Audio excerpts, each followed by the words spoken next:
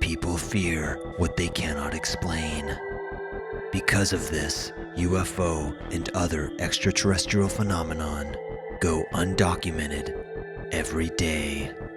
To counteract this loss of information, a task force has been created specializing in transparent investigation, documentation, and reporting of said phenomenon, UFOiTEAM.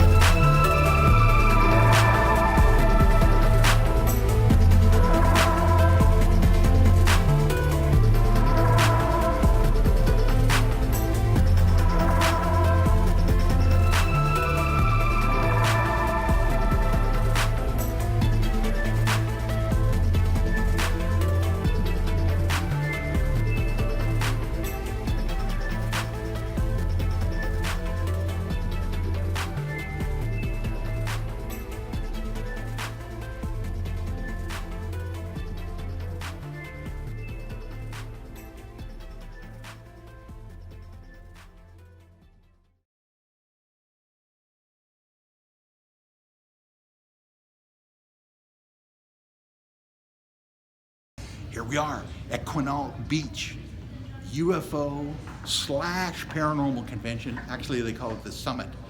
And man, we're setting up. It's going to be an amazing summit here. We've got 10 speakers, yeah, including the UFOiTEAM. All right. Way to go. Okay, what's your name? Shelley Rink. Shelley? So I don't know anything about your experience because I didn't get to hear anything up there. So first of all, what time of day did this happen? It was about 2:30 to 3 o'clock in the morning. Okay. And you don't remember what time of year this was? I do. It was the summer of 81 or 82. It was a summer night. It was a summer night, and what part of the country? This was near McCord Air Force Base here, Tacoma. Okay. Tacoma, Washington. Okay. Now, go ahead and tell us about what happened. Well, it was late, so I was driving home, and all of a sudden something caught my eye because the road took me right by the back of McCord, and there were 4 large orange orbs in the sky, 4 of them. And what caught my eye was they were just taking off in these directions that was impossible for a plane to do. I mean, it went up, off to the side, up, all of them. It was really interesting, and as soon as I saw it, I mean, I knew something was happening because I've had a lifelong interest, so I pulled over and watched it, and then all of a sudden, they just all went off. Wow. But they were changing directions, going up and down all over, and nothing does that. Right. Especially 30-something, that we know of. Right, That we have. So it was pretty cool to see. So I was happy to be a witness to that. Yeah, I can see it. It's positive. Yeah. I can see it in your face. So, did it make any noise at all? Was there any noise involved? Or? I don't recall any noise. Okay. I just remember thinking, well, it is an Air Force base, but I'm like, well, something's going on, and they're obviously doing this, and it's almost 3 o'clock in the morning. Nobody's around. So no, I don't recall seeing anything other than just what looked like an orange orb. No other lights. It was just the way it was moving. Right. It was cool. And so, would you say that the orange lights was it a pinpoint light or was it a diffuse type of light? I would have to say a diffuse type of light. Just if you were to capture an orb on camera, your ball of energy, not totally rounded, perfectly orange, maybe almost, how the earth is kind of squished, like that. Gotcha. So it was, not all the way round, more, Of an oval type. Yeah. somewhere between oval and round. Didn't see any lights. I don't recall any lights coming forward. I just remember seeing orange orbs, changing directions, going up and down, and it was really So when you were witnessing this, how did you feel inside? I mean, excited. Excited. So did you feel any joy with that excitement? What was it? I was excited that yes, this could possibly be true, but I've been a lifelong believer anyway. So it was just exciting to be able to witness something like that when a lot of people, or most people, don't. And at the time, they don't recognize it for what it is. They won't admit this is happening. And on the horizon where you saw this, was it just above the horizon, like at maybe 15, 20 degrees above? Or where did this I'm really start? bad about that. I noticed it when it was just high in the air. It was not like low to the ground. It was, it wasn't high like 5,000 feet, but it wasn't going to touch any trees. It was up. Okay. But it was coming up and down. I got you. Very easy to see. You just looked over and there it is. Right. Were they jerky movements? or was it more like the smooth transition from? No, I think it was jerky. was. Like I said, this is 37 years ago. Okay. Just always remembered it. Right. Don't tell a lot of people unless they bring something up. Right. Yeah. You know, the ridicule is. That's one thing that, you know, the stigma that goes along with these things, unfortunately, is keeping a lot of people, you know, their stories hidden from the public. And unfortunately, that's the way it is. But we want to get it out there in the wider community, because I don't think that disclosure is going to come from our government. Disclosure is going to come from people like yourself that are telling the stories. Yeah, that's your name if you like. Yeah, my name's Steve Packer. I used to be an engineer. I worked at Jet Propulsion Laboratory, worked for a lot of the high-tech companies. My first experience was when I was probably 10 or 11, and it was during grammar school.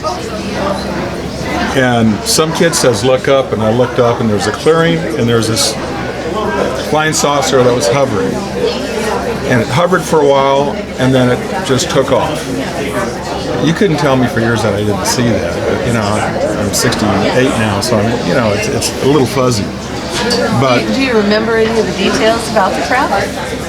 well, if you saw the craft in X-Files, the flying saucer that crashed into the Antarctica or something like that, it looked like that, sort of like that. So you actually do remember quite a few of the details. A little bit, yeah, I do. Yeah, it occurred over probably a 10-15 minute span. 15 minutes? Yeah, well, it seemed like that. Yeah, I don't know, but I'll guess about that. But anyhow, my second experience was in 2006 in July or June, because it was close to the summer solstice. And I was with my ex-wife at the time, and I just bought a piece of property, and I don't know why, we had just had it cleared, and it was probably about 8 o'clock. It doesn't get dark until 10 in that time of year, so it's still broad daylight. And for some reason I looked up, and I saw this triangle-shaped thing. And it's the hugest thing I've ever seen in the sky. I used to be with an F-4 squadron. I've been on an aircraft carrier. I've been on a lot of planes. I worked at Lockheed. I've never seen anything so big as that thing in the sky. And my ex looked up too, and she saw it too. It was both of us. This thing was going really slow. I don't know how high up it was. I guess maybe it was a couple thousand feet or less, because it's close to the treetops. No noise at all. None. And this thing's being propelled, and to me it's like the size of an aircraft carrier. I mean, it's absolutely huge. And I wish I had a camera. But we both saw it, and that's my second story. I don't know. So when you saw this was what area? Oh, Gig Harbor area. Okay, so that was Washington. local. Yeah, I went to the internet. I looked for other people seeing it. Nobody. And you said there were lights around it? Or no? There were some lights, yeah, but it was a perfect triangle. And just absolutely huge. Yeah. Did you get a sense of what's like a matte color or a shiny reflector? It was metallic, definitely metallic. God, I wish I had a camera, but I don't know. It's just too big to be in the air and not making noise. Somebody knows something about gravity. It's the only way you can keep something that big up there. Especially with no noise. Yeah, with no noise. None at all. None at all. So how long did you say you saw it? Yeah, it just flew over the house. So it was a matter of, so many seconds. It was moving fast. Yeah, it was moving fast. I lived at an area called Kearney Lake, and I have 2.5 acres, and hadn't built the house yet, so just had it cleared, and just saw this thing, and to me, I think was heading in the direction of Seattle. Now, I know there's something called Project Bluebeam, where we can create images in the sky, but I think you have to have a plasma for that, and it was a very clear day, and it was so vivid. So was it broad daylight or Broad daylight. broad daylight? Yeah. So did it just look like a big black triangle Big blotting black- out the light from the sky? Or It was big. It didn't block the light from the sky. It wasn't that big, but I mean, it was a perfect triangle, and it was black. People should look up once in a while because there's things that are going on. First, what your name is? My name is Jimmy Gibby. Jimmy? And what year did this happen in? It was around 2009, Okay, and it was in like early September. early September. Okay, And it was about, I would say, between 3 and 6 a.m. in that area. Okay. Because that was the time that I delivered the papers for. I gotcha. And so let's go through that day and tell me what happened. Okay, well, I picked up the papers like usual. It was rare. It was actually a rarity. It wasn't raining in early September here. Started doing the route as usual. Just there was nothing strange about it or anything like that. And on the road that I went on, I had to pull forward and then back up so that the driver's side window was to the paper tube. Right. So I was delivering to the paper tubes, and then I looked out the windscreen, and I'm looking, and I think to myself, I don't remember that stump being there. So I think that's weird. What is that? And I flip my brights on, and then this giant gray stump just sort of opens up with these wings, and I see these big silver eyes. It's a humanoid shape, and be clear, it's a very short thing because he'd raised them all the way up, and I saw his teeth, his lips part, like almost like a dog baring his teeth in surprise, because it was surprise. That light, did something, and it just opened up, reached up, swept down, and it was gone. It was just gone. It went straight up in the air? Straight up.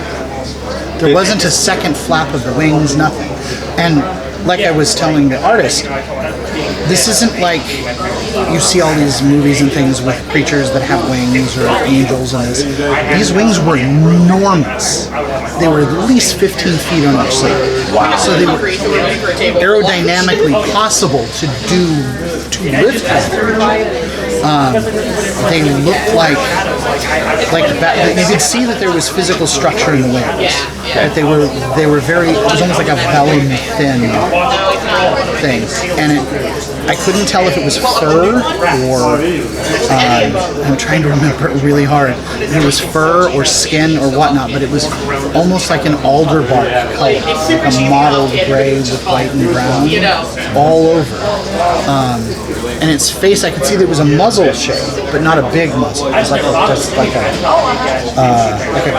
almost like a apish face. And like I was describing it again, it was very mammalian looking, but like with lizard qualities almost. Okay. Like I said, I only saw it for a very short, just a few seconds, the actual body.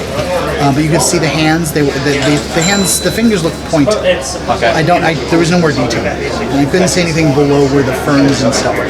Okay.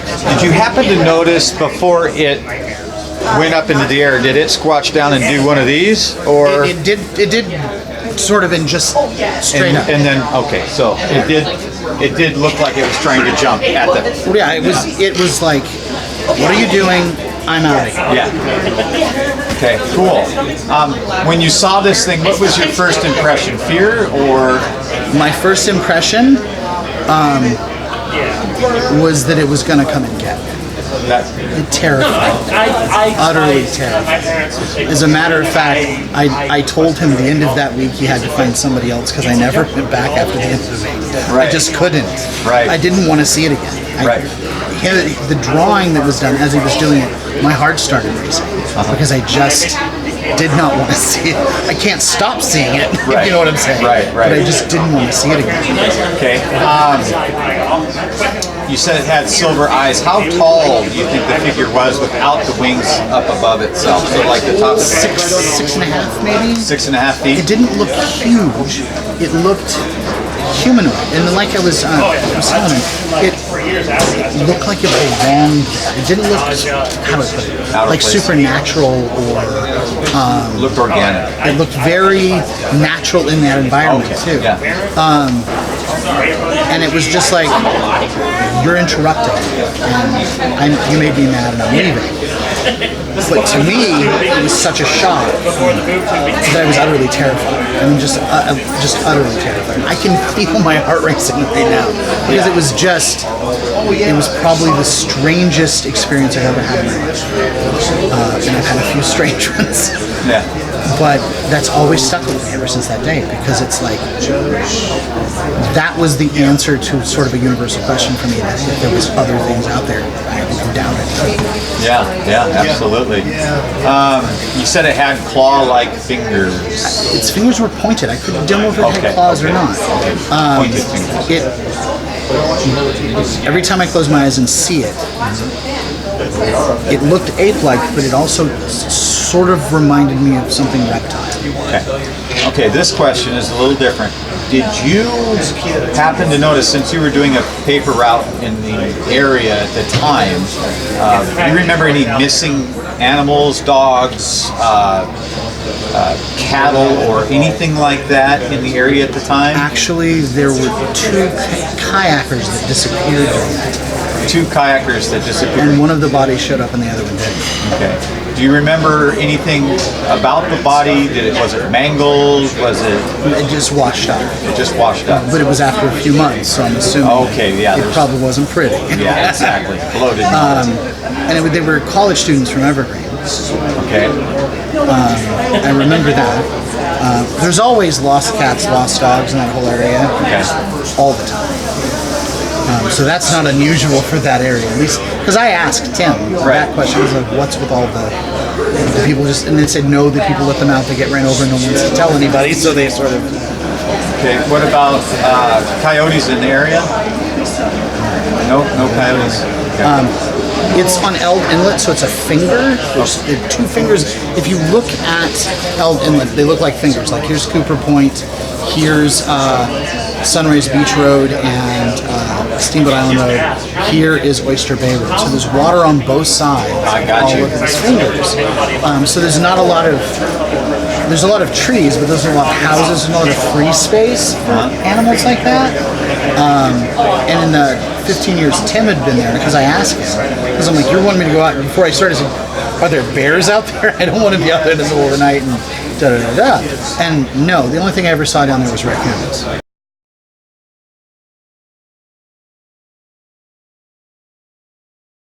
Now, did he have like big eyebrows or like a Neanderthal type of thing, or just really kind of a smooth? Okay.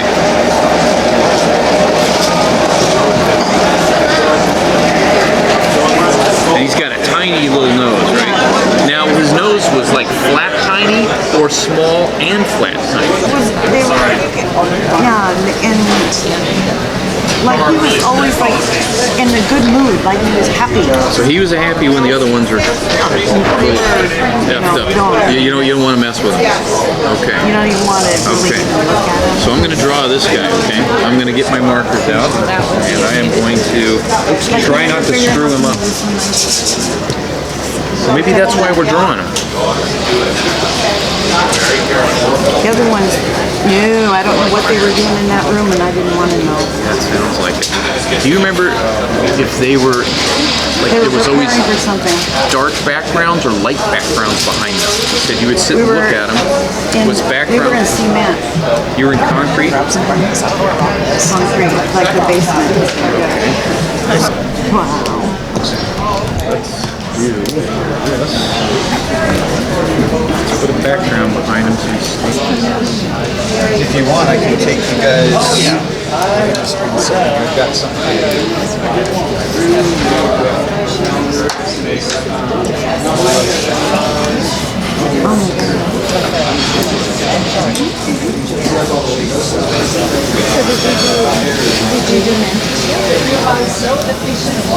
Remember, I wanted to take you back under.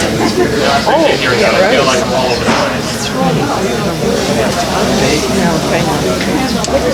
Carrie, tell us your story. We just met you here at the UFO Paranormal Summit, and you're from North Dakota? I am, yeah. We're very fascinated by stories that we want to share with one another and with the larger community. Yes. So your story began at 8 years old? Yes, yeah. What happened at that time? I was attending an after-school program at a church, and when I got there that day, the priest had boxes set up along the wall, and we had to go through this tunnel of boxes individually, and in each box there were like 7 stations or more. And when I got to the last station,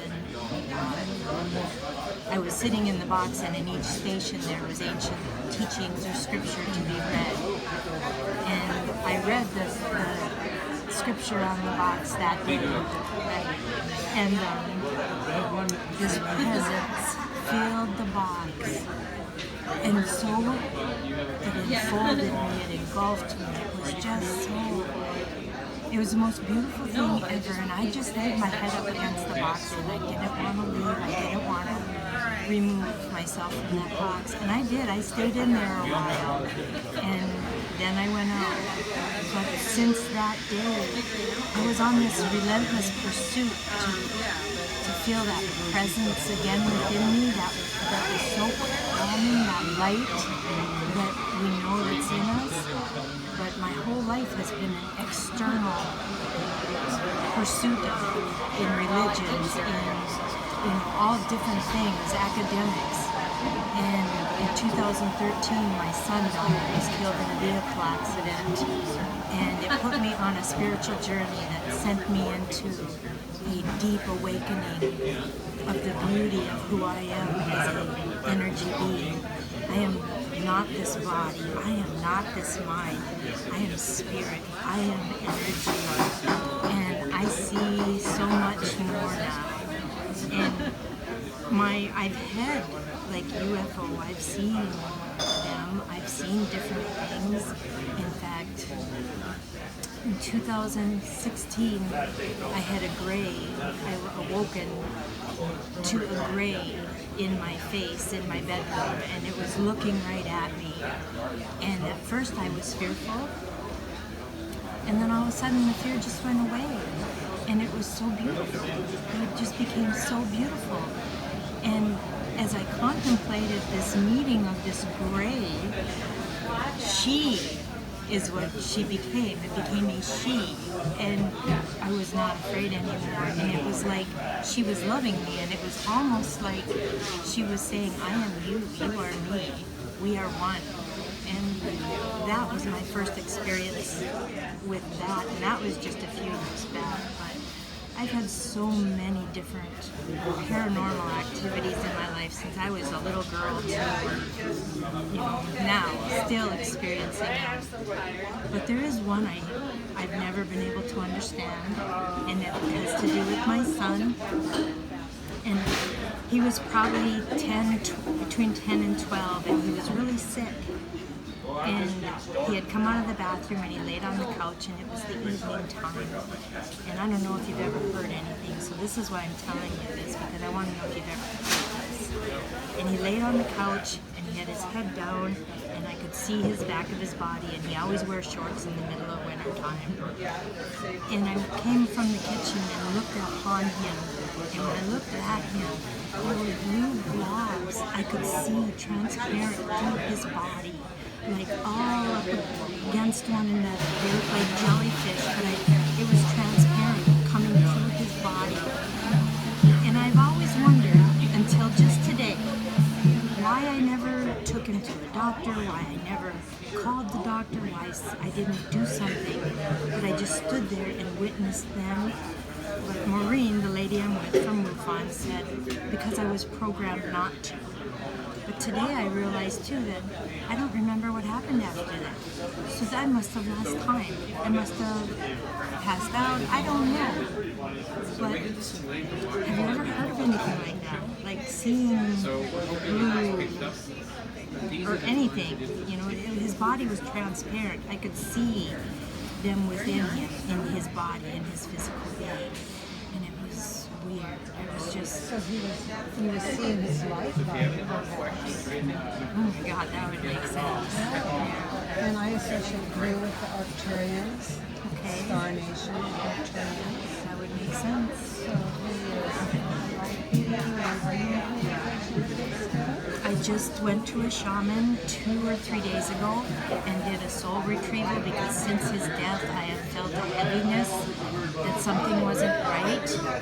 And so in 2013 he passed away, and so I went to the shaman and she said he did not pass over into the light, but that he was the easiest soul she had ever found on her journey inward. And it was a beautiful experience for me to have that. And that would make sense because Taylor was a star child. He was. I know he was. Right. So do you feel a different connection now that it dissipated? Mm-hmm. Yeah, the heaviness isn't there anymore. You just radiate. You do. Radiate. I live. I know he's in me because he's energy. Nothing can take him from me. And I know he lives in me. I've had so many different things happen. So many. And after he died, I started having orbs show up in videos I was taking, blue orbs, and fast. Oh my God, they would move so fast through everything. The spiritual awakening I've had, you're right, I can't go back. I can't go back to anything other than who I am and embrace all of the experiences I've had, like even the out-of-body experiences I've had. Like I said, so many times throughout this summit, I've heard people say how they've just been dropped back into their bed. They've been dropped. And my experiences have been so loving with whatever this entity is. Like when my body, I could feel my body rising. And when I would wake up, I could feel my body being gently placed back into my mortal physical vehicle. I could feel it, and it was gentle, it was loving, it was peaceful. I don't know where I went. I don't know where I went when those times happened. I have no idea.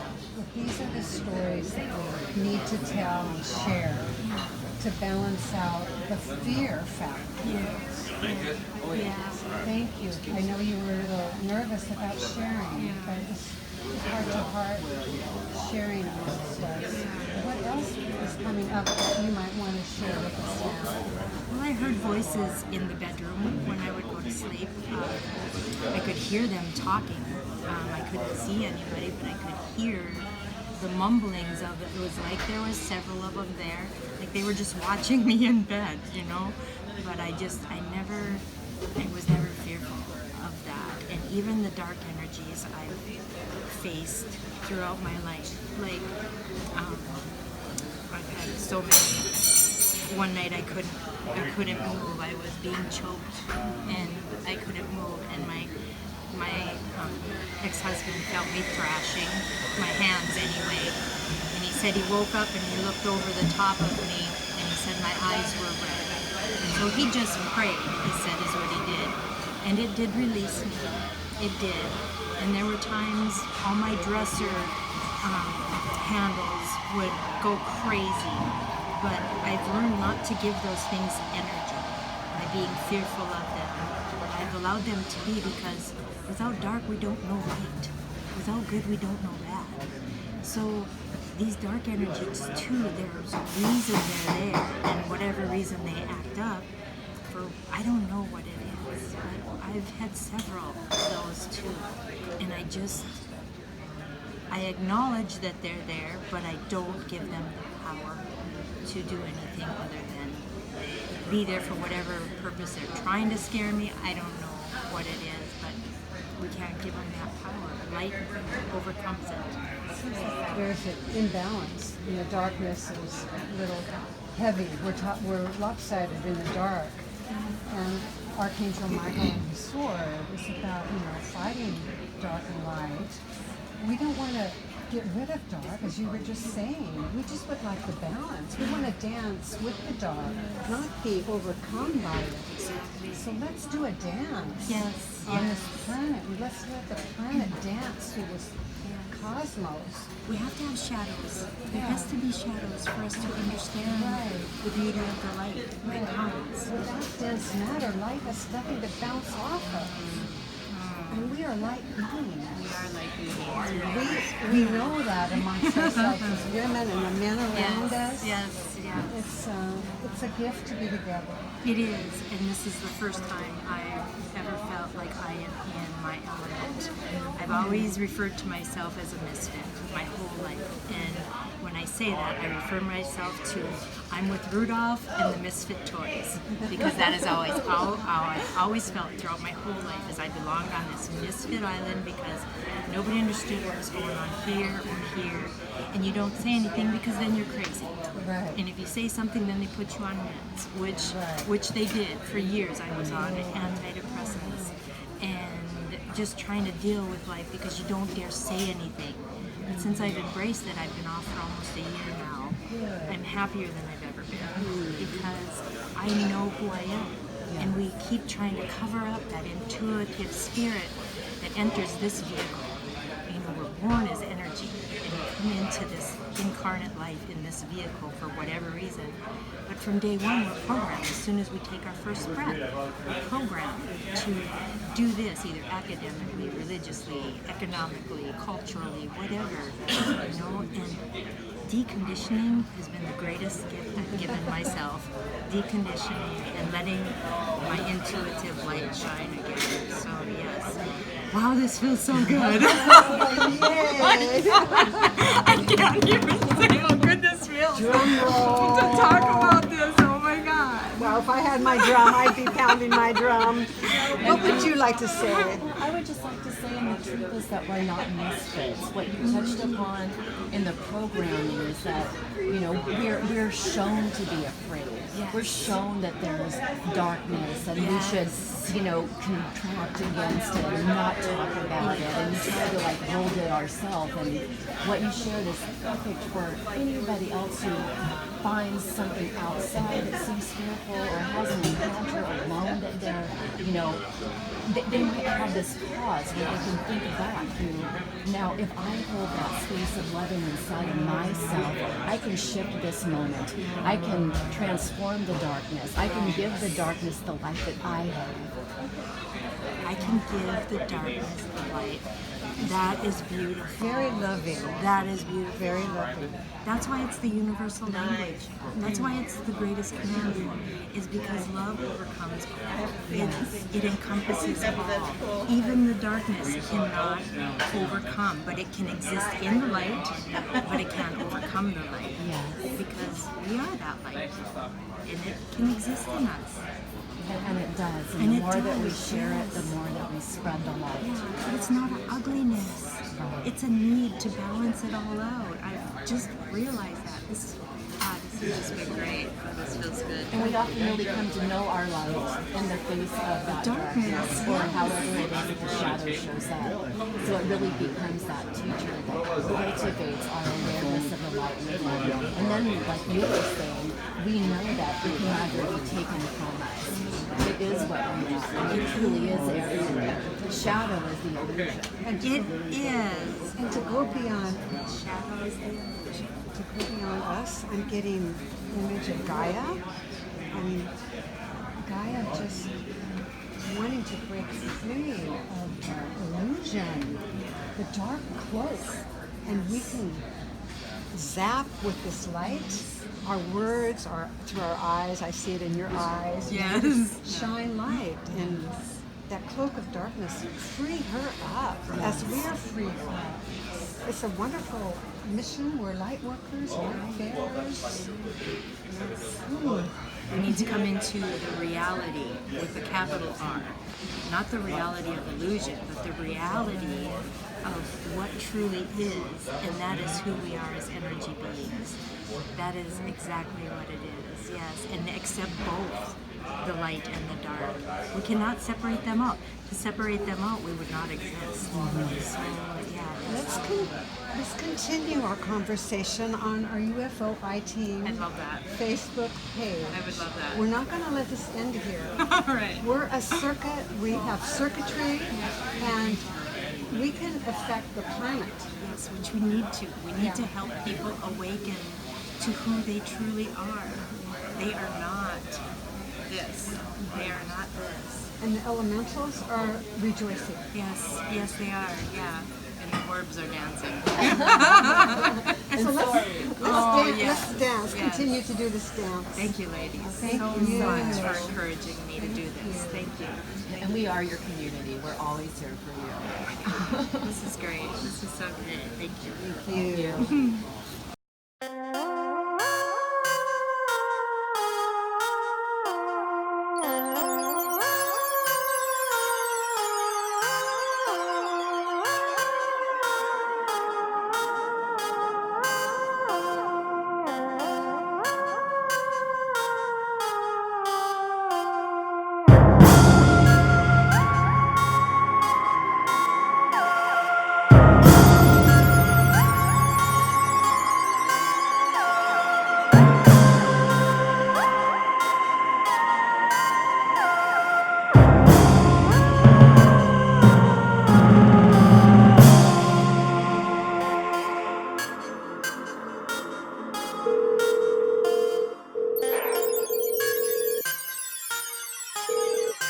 So, Michael, what was it that gave you the idea to start up the UFOi team?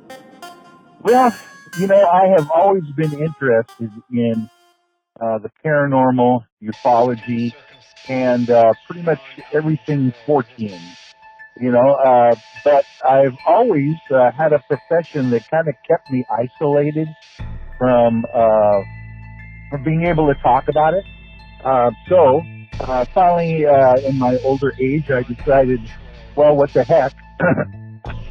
At this point in my life, I don't care anyway. So I wanted to get together with like-minded individuals and discuss these topics. And given the fact that were a Superior Court judge at one time, I'm thinking that maybe your skills as an interviewer would be tremendously helpful with witnesses and getting to the bottom of their stories. Well, I think you might be right in that regard. 30 years being a lawyer as well, and trying to get down to the truth of people's testimony is something that you learn if you do it long enough. So I agree with you that is an art in interviewing people and try to be discerning about what they say and then following up on their answers as well to really drill down to the truth of the situation. As a matter of fact, with the UFOi team, when we accept testimony from witnesses with UFO experiences and paranormal issues, we definitely put them under oath initially. We ask them, do you swear or affirm that the testimony you're about to give is the truth, the whole truth, and nothing but the truth? What do you enjoy most about doing this work, Michael? Well, meeting people like yourself, and the other people on the UFOi team, and working together towards a common goal. I think that's pretty doggone amazing and a lot of fun for anyone to be able to be a part of a team and working towards a goal that is important. And I can't think of any other more important issue or problem or truth than the reality of potentially extraterrestrial life. So that's what I'm really enjoying here at my stage of my life, is working with other curious folks like yourself. What got you interested in this field? Lee, I think it might be something like you have experienced with your life, many others have as well, that we can't point to any one thing, even in our youth, that brought us to this point. But we've always had this burning desire to find out more about this idea of not being alone in the universe. For some reason, that's been very important to me during my lifetime, and I can't really pinpoint when I started thinking that way. What made you decide to join the UFOi team?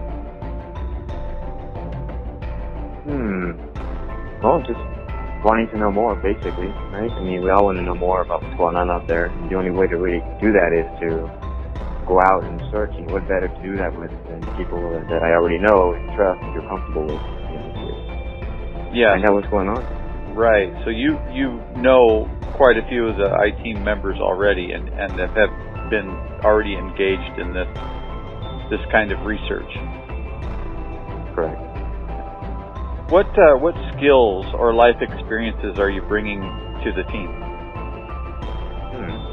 Well, I can definitely do a lot of the audio work. I'm very observant. I like to, if I see something that doesn't seem right, I will always, point it out, including stuff in the sky. That's probably one of my next ones too. I'm pretty good at spotting things in the sky, or seeing things, feeling things, and I don't mind going out to like the top of a mountain in the middle of winter if I have to get a good, good view of the sky.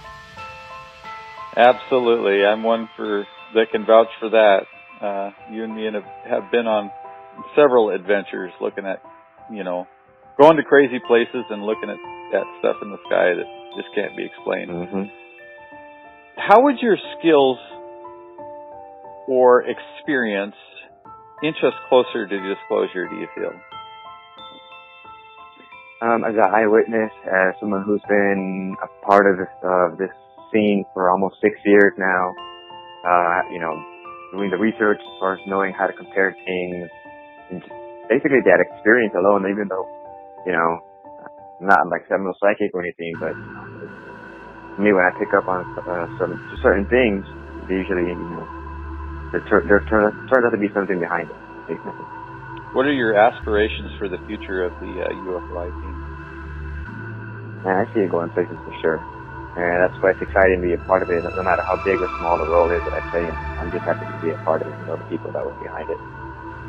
Well, you, for one, Ander, are the best sky spotter I have ever hung around, man. You can spot things in the sky that other people will not see, so I'm definitely impressed with your skills. Mary, why did you decide to join the UFOi team? I just saw it as a great opportunity to become involved in a group that believes in the same goals and mission as I do, which is to bring more awareness to the abduction phenomena, to the reality of the fact that we are being visited, and it's good to be around people who will bring up different perspectives and different ideas, and will treat it as a serious topic. What particular skills or life experiences are you bringing to the team? Well, I am a hypnotist, and the reason I trained to become a hypnotist was I was strongly influenced by Bud Hopkins, who anybody in the ufology field knows.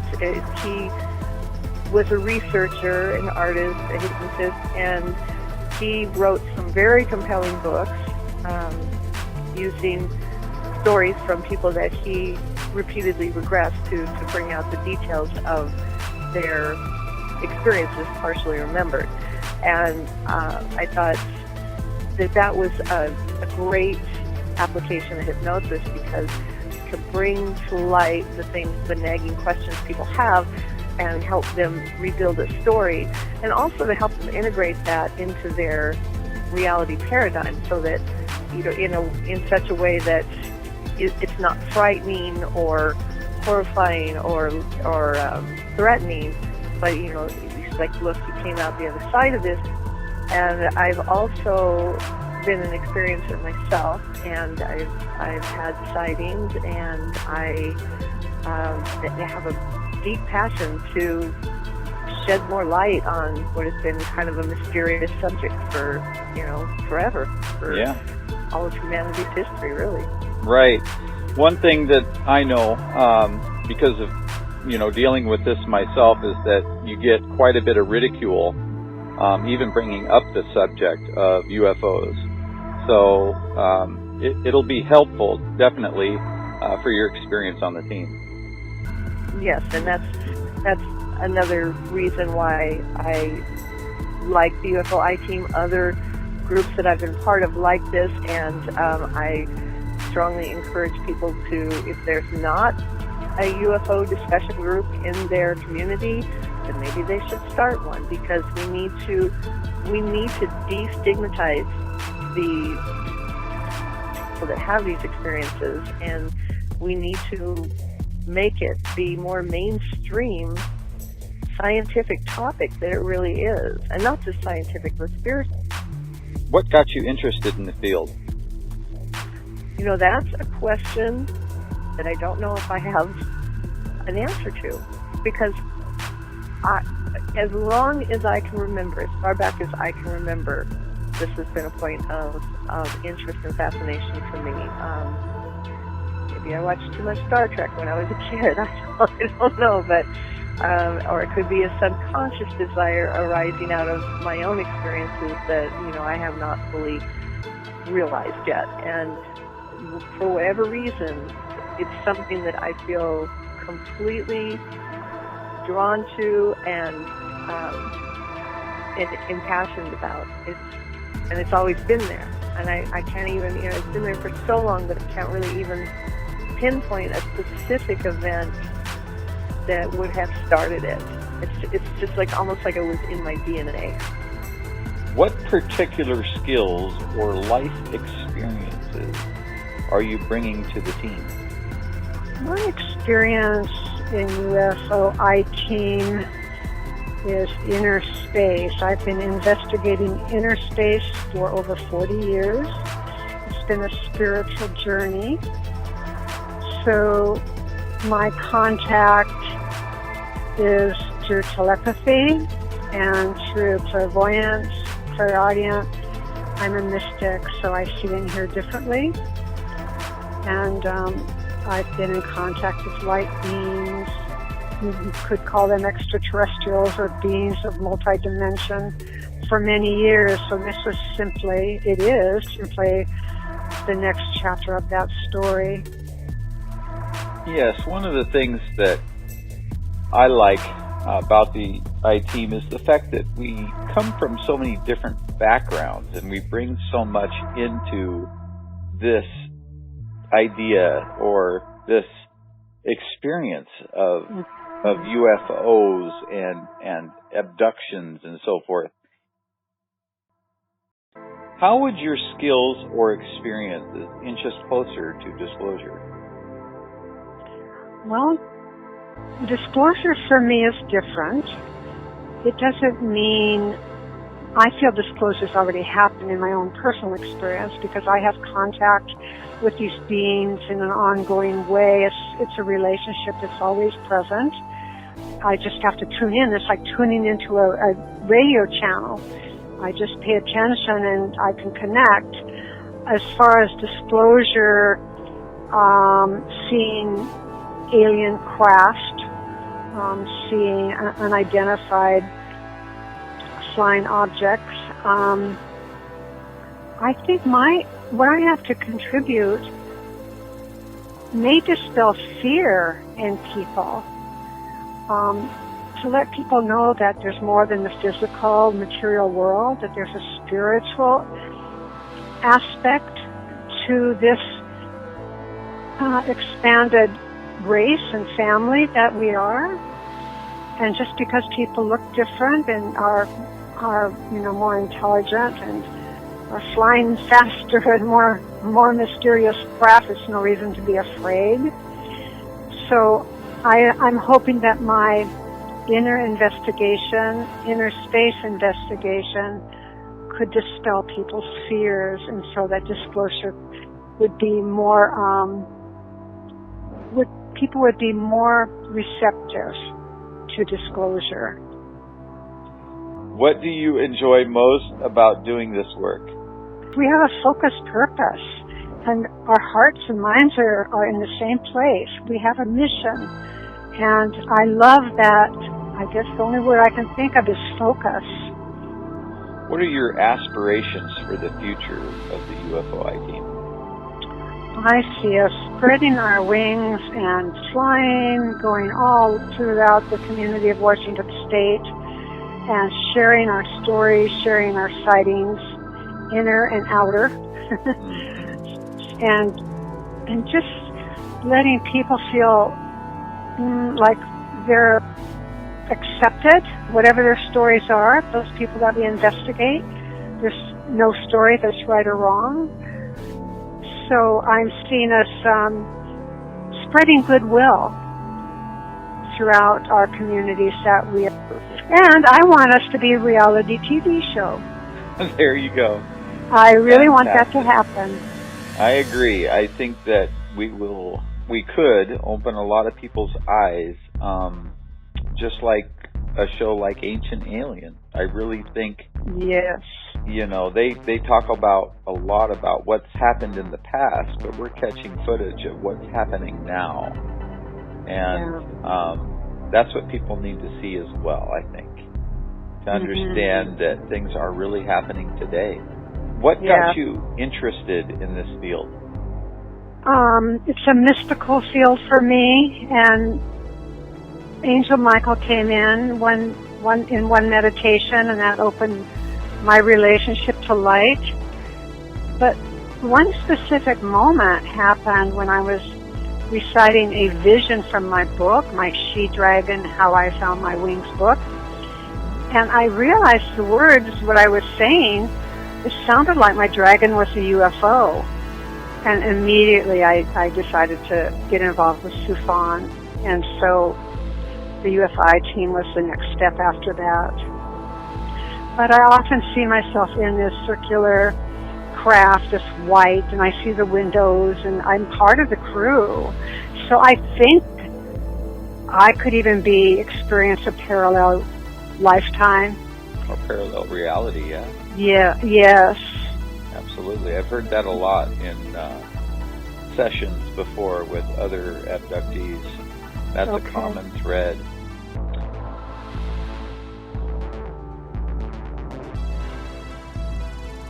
Okay, Betty, why did you decide to join the UFOiTEAM?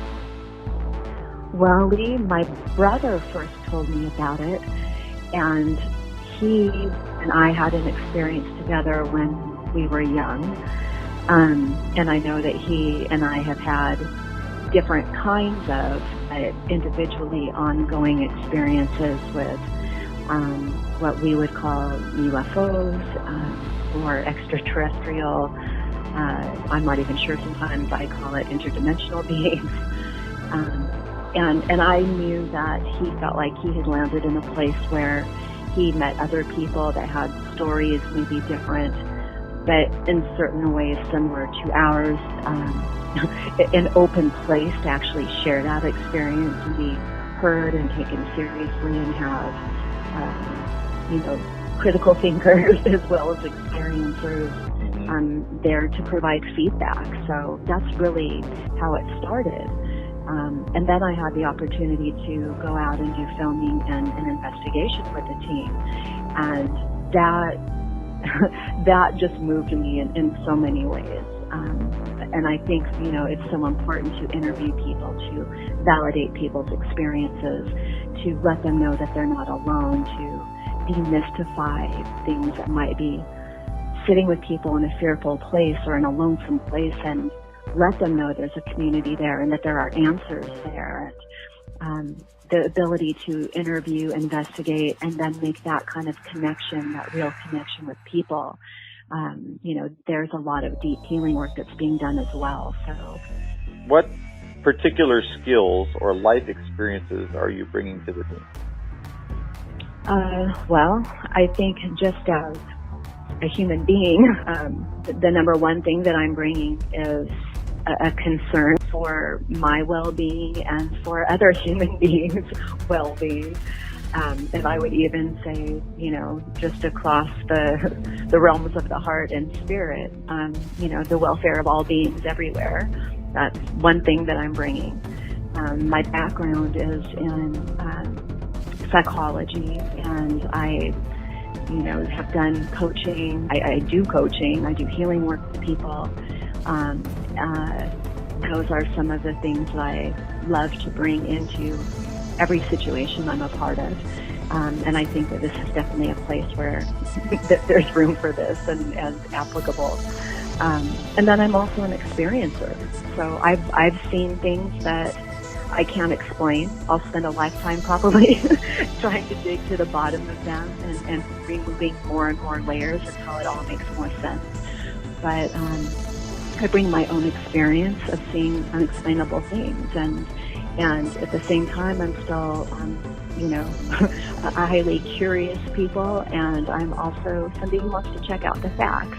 So I love the investigation aspect as well. I feel like all of this life, especially for those of us who have had these kinds of experiences, must be like a treasure hunt of going from one piece to the next piece and putting together all the magic until we have an explanation. And, we can do that on our own, or we can do that better in a team and in a wider global community. What did you enjoy most about doing this work? It has to be the people connection. Gotcha.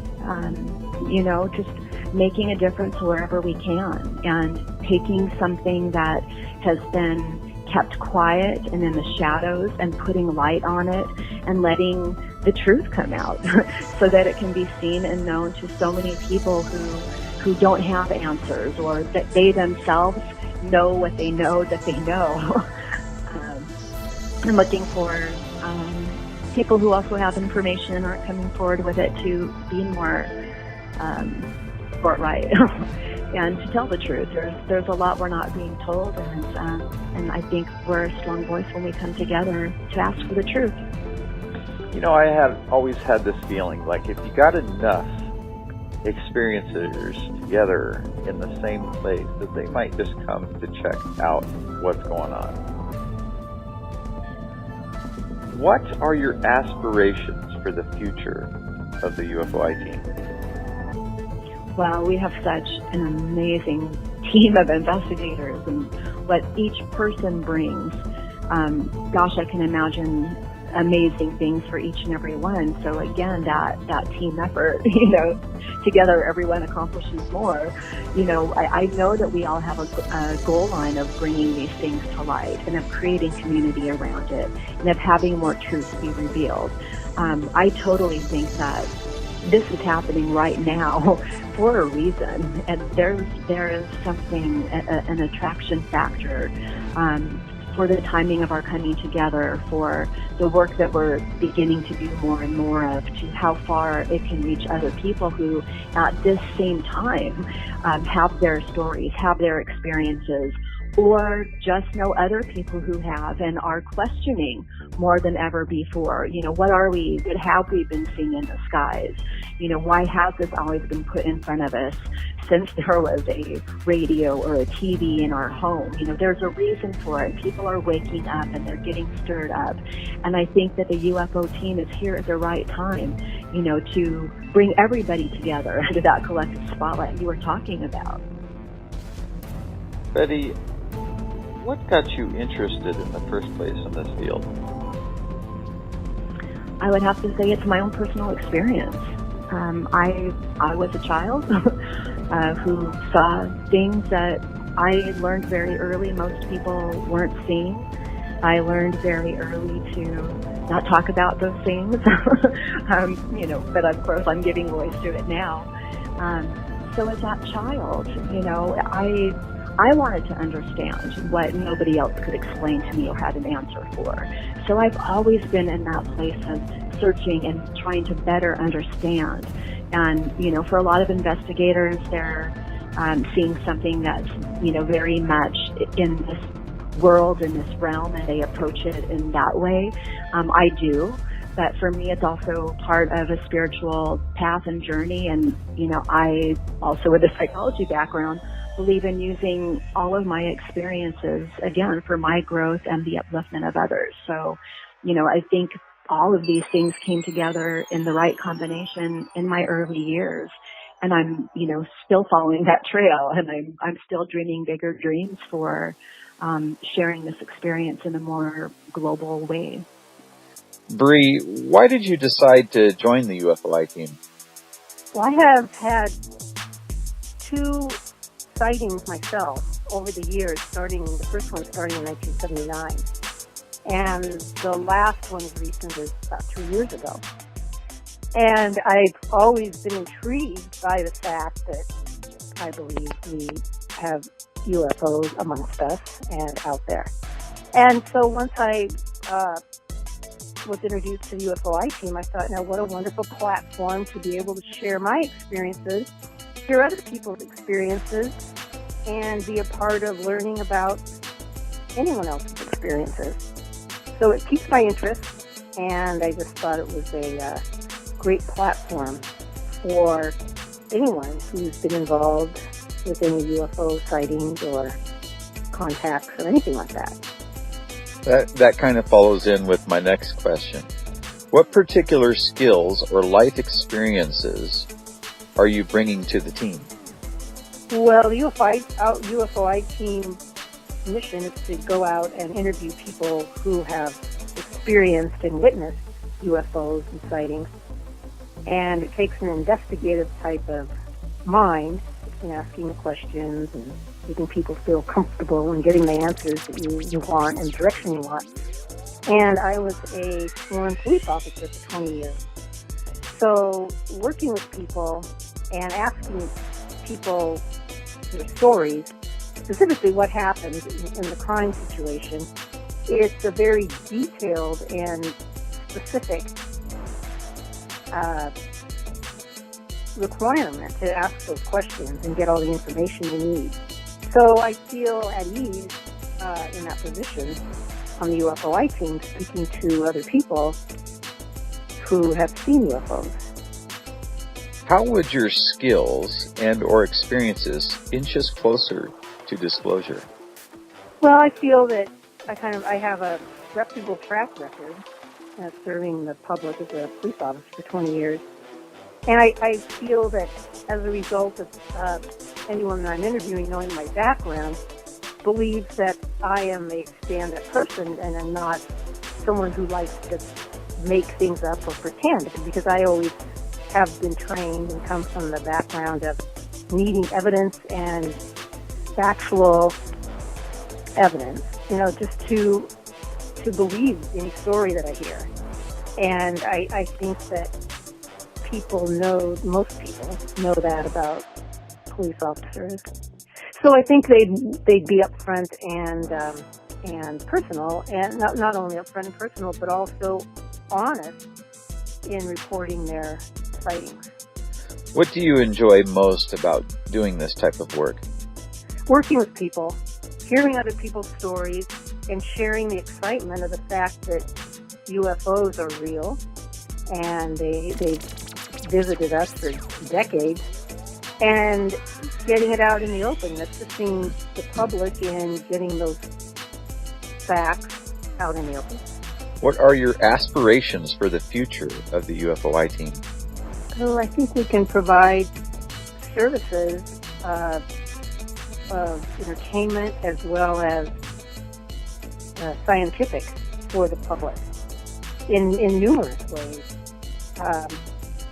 I know that the summit meetings and the gatherings are a good way to start, but I also feel that we could provide maybe tours or gatherings for interested people and just help them to bring it out in the open more. Yeah, I think you're right on there. I mean, also the people that have witnessed things themselves, making them feel comfortable so that they can come out into the open and talk about their experiences. That's a good point. Yeah, because you know how the government's always instructed people to be quiet and threaten them and don't say anything, and it's foolish because there's just been too many sightings and right. Too many abductions, too many witnesses that have seen otherwise, and people I think are there's an awakening going on right now, whether it's all the male molestations of all the females over the years in the workplace and that are coming out, and I just think a lot of truth is coming out in this time in our lives and this era. Yeah. It's not just, I think it's not just the government that's trying to keep a lid on it, but, also like, if you're a church-going individual and your pastor is saying, oh, that's nothing but the devil, but people know what they saw and they may or may not have felt threatened by such things. So I do think it's important, for everybody in all walks of life to just get that out. I agree with you on that. Yeah, get that out there and just let other people know, that you shouldn't be called names, or people shouldn't, call you a fool because you've seen something that you can't explain. Right.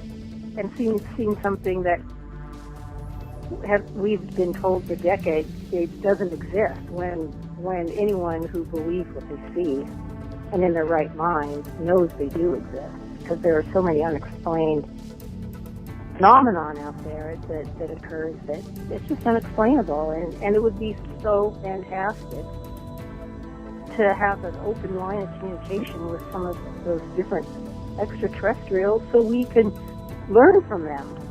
Yeah, maybe we could find a cure for cancer. Maybe we could get rid of the nuclear programs, and I think that it could just be of a huge assistance to us.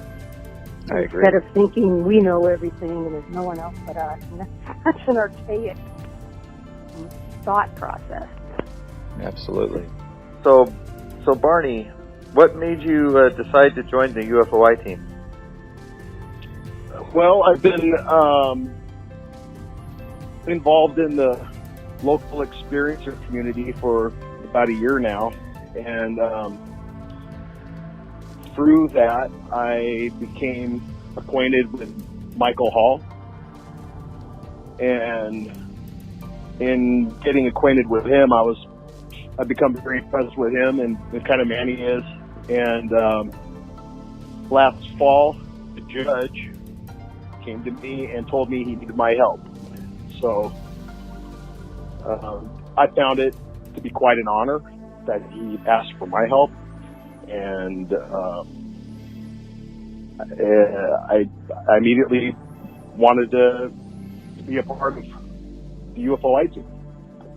What particular skill or life experiences are you bringing to the team? Well, like I stated, I'm an experiencer, and I've had pretty much a lifetime of paranormal type of experiences, beginning when I was very young and continuing on through now into my adulthood. So, yes, your sister was mentioning something about that. You two may have seen or did see a UFO outside your home when you were young. That's correct. She and I saw a flying disc together when I was about 4 or 5 years old. That's amazing. It really is. That you guys could bounce that reality off each other for so many years. That's something that most experiencers don't have. So that's a good thing for sure. Keeps you. Well, it was a thing. It was something that I sort of tucked away in my memory banks, and I have a way of compartmentalizing these experiences that we've had together and that I've had independently also, and didn't start putting all the pieces of everything together and really examining it all, until the last couple of years. So as the disclosure is happening around us and in the news and everything, it's funny because the same thing's been happening in my life. I've been accepting my reality rather than running from it. How would your skills and or experiences inch us closer to disclosure? As a member of this team, I'm bringing pretty much a lot of the same things as you, Lee, and the other members, because we're a group of experiencers, and so we bring with us relatedness. We all have our own stories, so if we tell our stories, it opens up the space for other people to be comfortable and not afraid to talk about the things that have happened to them. And it also provides a place for us to relate back with it. And on a grassroots level, I think that it's going to build up a lot of momentum. And when it builds up enough momentum, when the people are angry enough and they want the truth enough, it'll be too hard for the powers that be, the government of the world, to deny it and get away with the culture of ridicule that they've tried to keep around this subject. What do you enjoy most about doing this work? I enjoy the people. I enjoy working with the I-Team, and I enjoy all the people that we've been meeting in our investigations, and just the work that we're doing, because it's higher purpose work. It comes from the heart, and that's what we're all bringing, and that's what people will recognize first and foremost. What got you interested in this field? I wouldn't so much say that it's an interest. I would say that it's part of my life. Johnny, why did you decide to join the UFOiTEAM? Well, I'm looking for like-minded people that were into what seems to be, well, it used to be a very, what's the word I'm looking for? Not in the mainstream thing. And it was really hard to find people. And as it's coming in this new age where, non-disclosure and all this stuff, and more people are believing in this, and it's making more sense that it's easier to find people. So I found some people, UFO group, that met up my area, and I met up with them, and they had a plan to take it even further to maybe, investigate UFOs and aliens and anomalous sightings like this, and maybe help bring other people's stories forward that maybe would be too embarrassed or didn't think anyone would listen. And so it's the aspect of helping bring those stories forward that really caught my eye and made me want to join to do this. What particular skills or life experiences are you bringing to the team? I'm very, very visual, and I'm also very audio driven, so I feel like I can give a certain flair to the team to maybe catch people's eye a little bit more of a commercial look to certain things. Whereas, a lot of people, a lot of people judge a book by its cover, let's just put it that way. So you're just going to assume that UFOs and aliens is probably going to be some kind of a campy thing, but I feel like if done correctly, you can really invite more people in by just a professional look, and I feel like I can bring that to the team with video and audio. I, for one, believe and have seen some of your videos, and I am just blown away at the quality and just seeing how cutting edge they are. They look so new and fresh. It's like a camera guy with a new idea of how to film something, and it's very exciting for me to see. How would your skills and or experiences inch us closer to disclosure?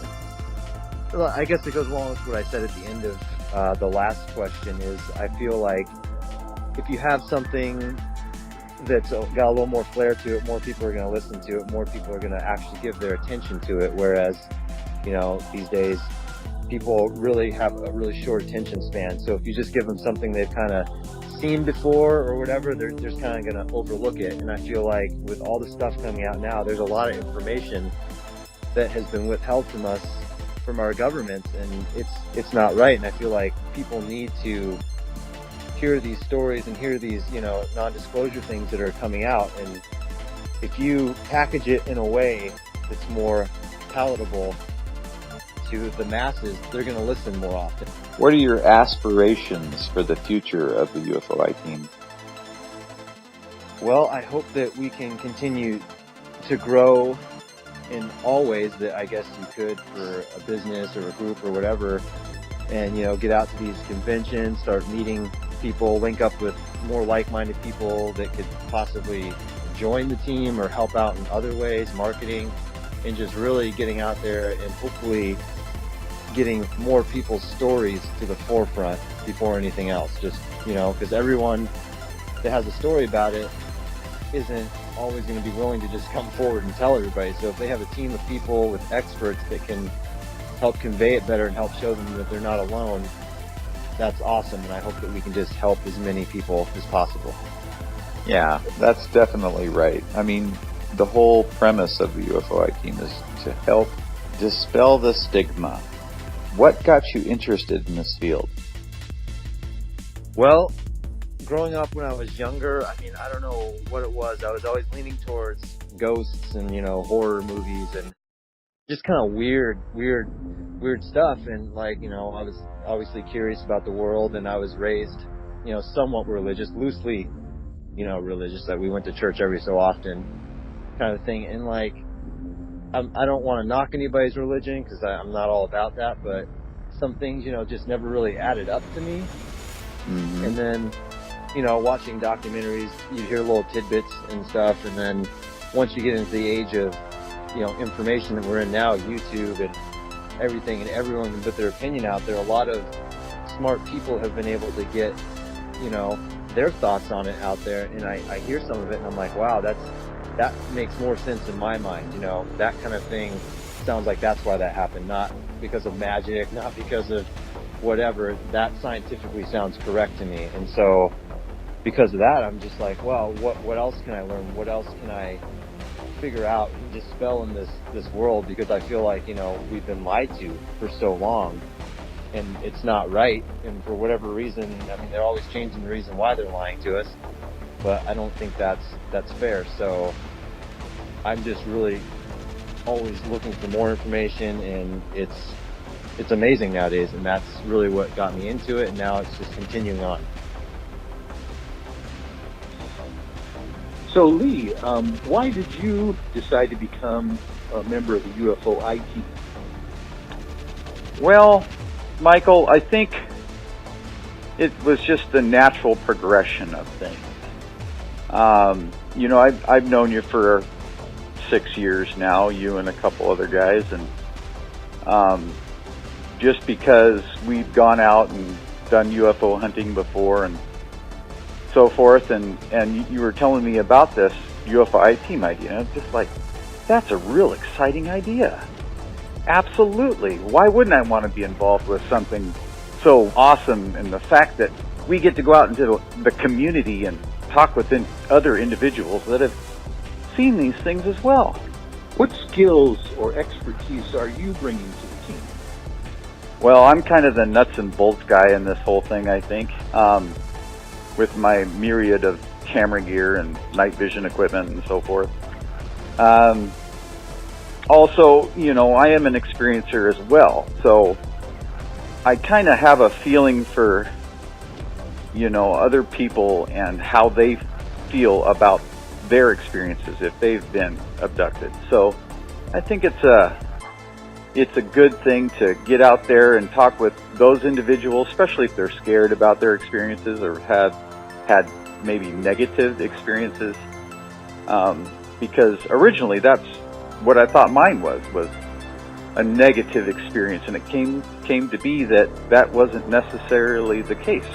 So I bring to this team nuts and bolts and definitely understanding for those people that have been through the same sort of thing I have been through.